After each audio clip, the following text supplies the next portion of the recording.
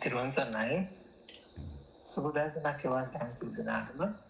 අදත් අපේ කස්යාල තපෝවනාරායන සේනාසනේ ඉදිරි සිදු කරන බුද්ධිමය සංවාද වැඩසටහනත් එක්ක වතුන් සම්බන්ධ වෙලා ඉන්නේ. අද දවසේදී අපේ ධර්ම සාකච්ඡාවට සම්බන්ධ වෙලා ඉන්නවා විද්‍යාලංකාර මහා පිරිවෙනේ හිටපු සභාපති ශ්‍රී ලංකා ටෙලිකොම් ආයතනයේ හිටපු ප්‍රධාන විධායක නිලධාරීවරයෙකු වන දශක ගණනාවක ගෝලී අධ්‍යක්ීම ඇති සදාචාරාත්මක පාලනය සහ සවිඥානික නායකත්වය ඉදිරියට ගෙන යාමට සහ පුද්ගලික සමාජීය ජාතික සංවර්ධනය සඳහා පදනමක් ලෙස භාවනාව ප්‍රවර්ධනය කිරීමට කැපී සිටින අපේ ඉංජිනේරු ලලිත් සිල්වා මහත්මයා. ඔබතුමාව බොහොම ගෞරවයෙන් යුතුව පිළිගනු ලබනවා. තෙරුවන් සරණයි නායක හාමුදුරුවනේ. සුබ උදෑසනක් වේවා වහන්සේටත්. එසේ වේවා. මාතේ අද කාලේ වෙනකොට ලෝකයේ වැඩි වශයෙන්ම කතා වෙන මහ පුදුමාකාර ලස්සන දෙයක් තියෙනවා.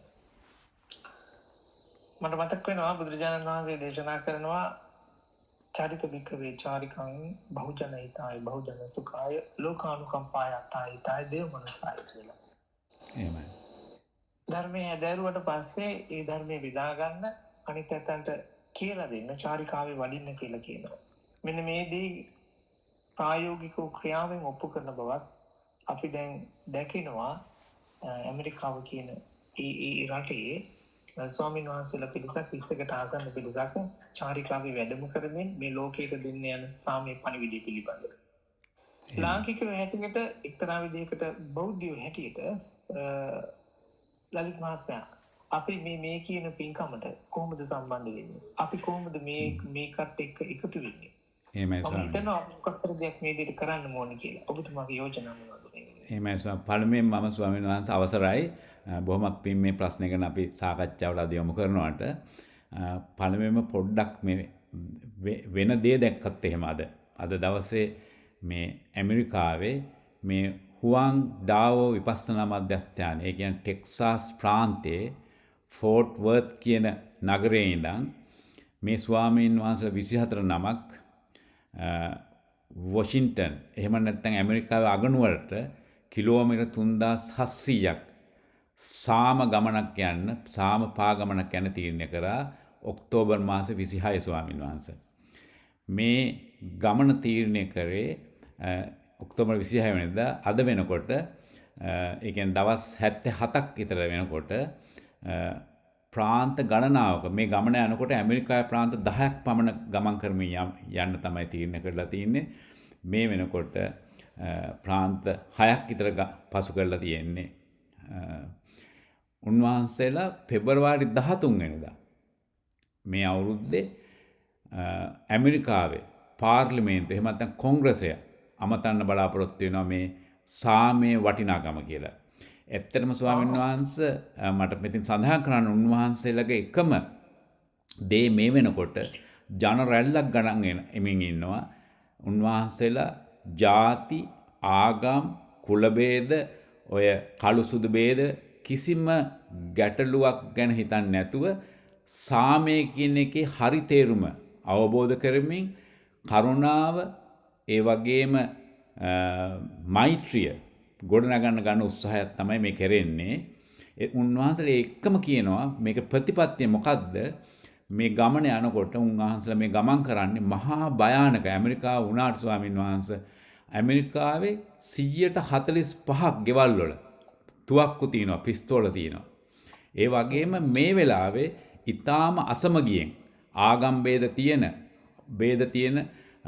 වෙන නොයෙකුත් දේශපාලන ප්‍රශ්න තියෙන යුද්ධමය සටන් වදින වෙලාවක තමයි මේ ගමන ආරම්භ කරේ. මේ ගමන යමින් ඉන්නේ. ඒ වෙන කෙසුවක් සඳහන් මේ බුදුදහමේ කියන ඔබ වහන්සේ මුලින් කියපු ඒ ධර්ම ප්‍රචාර කටයුත්තක් වගේම සාමය ආගම් ભેදයක් නැතුව මේ අපි සියලු දෙනාම සාමය ගෙනියන්න කරන වැඩපිළිවෙලක් තමයි අද කෙරගෙන යන්නේ. ඉතින් අපි ශ්‍රී ලාංකික වශයෙන් අපේ ලොකු වගකීමක් තියෙනවා. උන්වහන්සේලා කියන්නේ අපිත් එක්ක එන්න එපා පාගමනේ. ඒ නගරෙන් නගරයට එකම දේ කියන්නේ අපිත් එක්ක එන්න එපා. අපි වෙනුවෙන් ඒගොල්ලෝ ඉල්ලීමක් කරනවා සියලු පුද්ගලයන් ඇතුළේ සාමයක් නැතුව පවුල් පද්ධතිවත් ඒ තමන්ගේ අසල්වැසියොත් එක්වත් රටේවත් ලෝක සාමයක් ඇති වෙන්නේ නැහැ කියන මේ ලෝකයේ සාමය ඇති වෙන්න ගන්න උත්සාහයක් තමයි උන්වහන්සේලා මේ කරගෙන යන්නේ. එකම ඉල්ලීම කරන්නේ දිනපතාම අපිත් එක්ක පාගමනේ නාවත් උදේ පාන්දර නැකිලා දවස තීරණය ගන්න මම සාමයෙන් ඉන්නවා අද දවස. මම මුදිත කරුණාව මෛත්‍රිය දියුණු කරනවා. මේ හිතවිල්ල විතරක් තියාගෙන හිතෙනුයි හදවතෙනුයි අපිත් එක්ක සම්බන්ධ වෙන්න කියන ආයාචනය තමයි උන්වහන්සේලා මේ ගමනදී කරන්නේ. ඉතින් ස්වාමීන් වහන්සේ පුදුමයි. ඒ රටේ මුස්ලිම් ජාතිකයෝ ඉන්නවා, කතෝලිකයෝ ඉන්නවා, ජුඩිසම් මේ වගේ ආගම් ගණනාවක් තියෙනවා. තේරවාද බුදුන මහායාන වජිරයාන මේ සියලු දෙනාම මහා පාරට ඇවිල්ලා හිටන් දරු වයසක් නැතුව අවුරුදු 4 3 2 අය පාරට මගේ දෙමව්පියොත් එක්ක ඇවිල්ලා ආශිර්වාද ගමනින් මේ ගමනට ආශිර්වාද කරනවා. මේක මහා නිර්භීත වැඩක්. උන්වහන්සේලා සතිමත් බව දිනු කිරීමේ තමයි එකම ලොකුම පරිමාර්ථයක් කරගෙන තියෙන්නේ. සතිමත් නැතුව අභ්‍යන්තරයේ Tamanට සාමයක් නැහැ කියන වචනේ ඒ අදහස පළ කරමින් තමයි උන්වහන්සේලා සතිමත් භවෙන් ගමන් කරන වෑයමක්. ඉතින් ඔබ වහන්සේ අහපු ප්‍රශ්නෙට ස්වාමීන් වහන්සේ මා දකින්නේ අපි ලංකාවේ හිටියත් ආගම් ભેදයක් නැතුව බෞද්ධ කතෝලික මුස්ලිම් ක්‍රිස්තියානි මේ සියලු දෙනාම එකතු වෙලා ඒ ගමනට උන්වහන්සේලා ඉල්ලීම අනුව හදවතින් සහ මනසින් මේකට සම්බන්ධ වෙන්න. මේකට සම්බන්ධ වෙලා තමනුත් සාමය ඇති කරගැනීමෙන් ලෝක සාමයට අත් දෙන්න කියන ඉල්ලීම තමයි උන්වහන්සේලා කරන්නේ. ඒක එදිනෙදා හැමදාම කරන්න කියනවා. උදේ ඉඳන් තමන්ගේ දවස සතිමත් බව, මෛත්‍රිය, කරුණාව, ඒ වගේම එම්පති, සංවේදීතාවය, අනුන් අයගේ තියෙන හැඟීම්, අනුත් අයගේ තියෙන සිතුවිලි ගැන අනුකම්පාවෙන් බලන්න කියලා කියනවා. ඉතින් මේ ගමනට අපි සම්බන්ධ විතුමයි කියලා තමයි මම හිතන්නේ මේ විදිහට. එහෙමයි. ඇත්තටම පුදුමාකාරයි උන්වහන්සේලාගේ ඒ ගමන සහ ඒ තියෙන අදහස ගත්තාම ඔබතුමා කිව්වා වගේ හරියටම හරි අපි ඒ රටේ නැති වුණාට අපිට පුළුවන්කම තියෙනවා හැම දවසකම උදෑසන අවදි වුණ වෙලාවෙ ඉඳලා අපිත් එක්ක අපි සාමයෙන් ඉන්නවා කියන මේ අදහසට යන්න. ඒක කියනකොට ඇත්තටම මට මතක් වෙන්නේ භාවනාවම තමයි. භාවනාව කියන්නේ අපිත් එක්ක සාමයෙන් සිටීමක්මයි සතිපට්ඨානෙ පැත්තෙන් ගත්තාම. ඒ ආකාරයට කළොත් අපිත් උන්වහන්සේලාත් එක්ක ඒ පාදචාරිකාවට ඒ සාමභාගමට එක්ුණා වෙනවා. අපි අභ්‍යන්තරේම තමන් එක්කම තමන් මේ ඉන්න පරිසරය තුළම.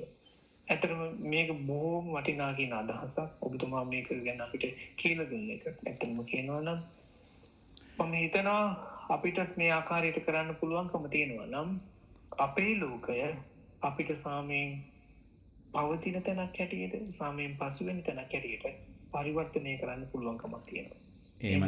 එහෙමයි ස්වාමීන් වහන්සේ. ඒ වගේම ස්වාමීන් වහන්සේ මේකේ වටිනාකම තියෙන්නේ මේක අපේ රටේ අපි දන්නවා අද වෙනකොට මේ මොහොත වෙනකොට ලෝක සාමය ගැන කතා කරනවා, වෙන අයගේ සාමය නැති ගැන කතා කරනවා. නමුත් අභ්‍යන්තරව මං හිතන්නේ විශාල ප්‍රමාණයක් ලංකාවේ මට හිතන විදිහට 90%කටත් වැඩි ප්‍රමාණයක් මේ තමන්ගේ සාමය, තමන්ගේ අභ්‍යන්තර සාමය පුරුදු කරලා නැහැ.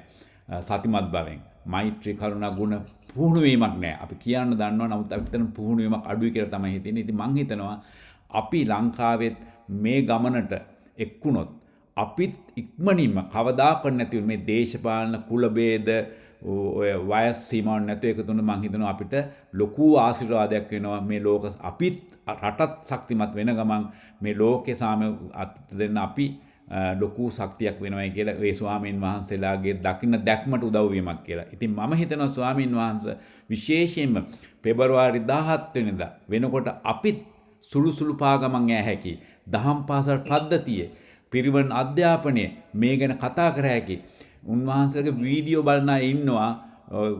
මේ YouTube මාලාවෙන් එහෙනම් Instagram වලින් එහෙම බලන එක නෙමෙයි ප්‍රශ්නේ තුමානේ. ඒක බලලා හිටන් සතුටක් ආඩම්බරයක් වෙන එක නෙමෙයි මේ වෙලාවේ තියෙන්නේ.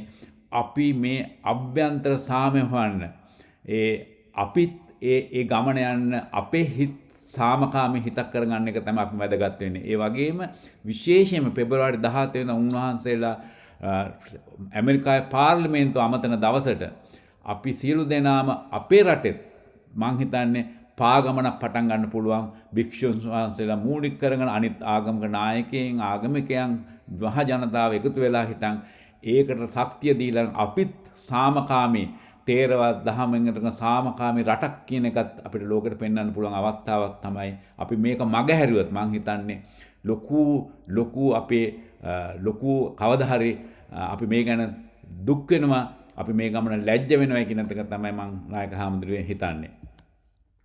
එහෙමයි. ඒතර බොහොම හොඳ අදහසක් ඔබතුමා ඉදිරිපත් කරන්නේ. අපිත් ඒ කාරණාවලුත් එක්ක ඒ වගේ හොඳ දේවල් දැක්කට පස්සේ ඒ දේවල් අපි අපේ ජීවිතයට භාවිතයට ගන්න ඕන. අපේ සංස්කෘතියට අපේ ලෝකයට අපේ දේ කියලා දෙන්න ඕන. අපිත් ඒක ඇසුරු කරන්න නැත්නම් ඒ කියන ආදර්ශය දෙන්න කටයුතු කරන්න ඕන. මම හිතනවා ඔබතුමාගේ මේ යෝජනාව බොහෝ පිරිසක් අසාවි ශ්‍රවණය කරાવી වගේම මේ කියන ආකාරයේ කටයුතු කරන්නට හේතු සෑම සිව් දෙනාටම සිත් පහළ වේවි. ඒසෙන් වේවා කියලා මම බලාපොරොත්තු වෙනවා සහ ආශිර්වාද කරනවා. ඔබතුමාට බොහොමත්ම ස්තුතිවන්ත වෙන්න ඕන. අපිත් එක්ක අද දවසේ සම්බන්ධ වෙලා මේ කියන විදිහේ මේ කාරණාවල් අපිට කියලා දුන්නට මේ අදහස ඇත්තටම අපිට පහළ වෙච්ච අදහසක් නෙවෙයි. ඔබතුමාගේ තියෙන ඒ තියෙන විශාරදත්වයට සිද්ධිච්ච අදහසක්. බොහොමත් පිසිදුනෝ මහත්තයෝ අපිත් එක්ක අද දවසේදී මේ කියන කාරණාව කියන්න සම්බන්ධ වුණාට. ඔබ වහන්සේට වන්දනා කරනවා. ඔබ වහන්සේ නිතර මේ රටේ වෙනසක් කරන්න ශක්තිමත් වෙන ස්වාමීන් වහන්සේ ඔබ වහන්සේටත් මේ කුසලයේ මේ ගමන යන්න ලෝකෙට සාමය ගෙනියන්න නායකත්වයක් දෙන්න කියලා ඔබ වහන්සේටත් මම නමස්කාර කරලා ආශිර්වාද කරනවා. බොහොම පිං තිරුවන් සරණයි ස්වාමීන් වහන්සේ.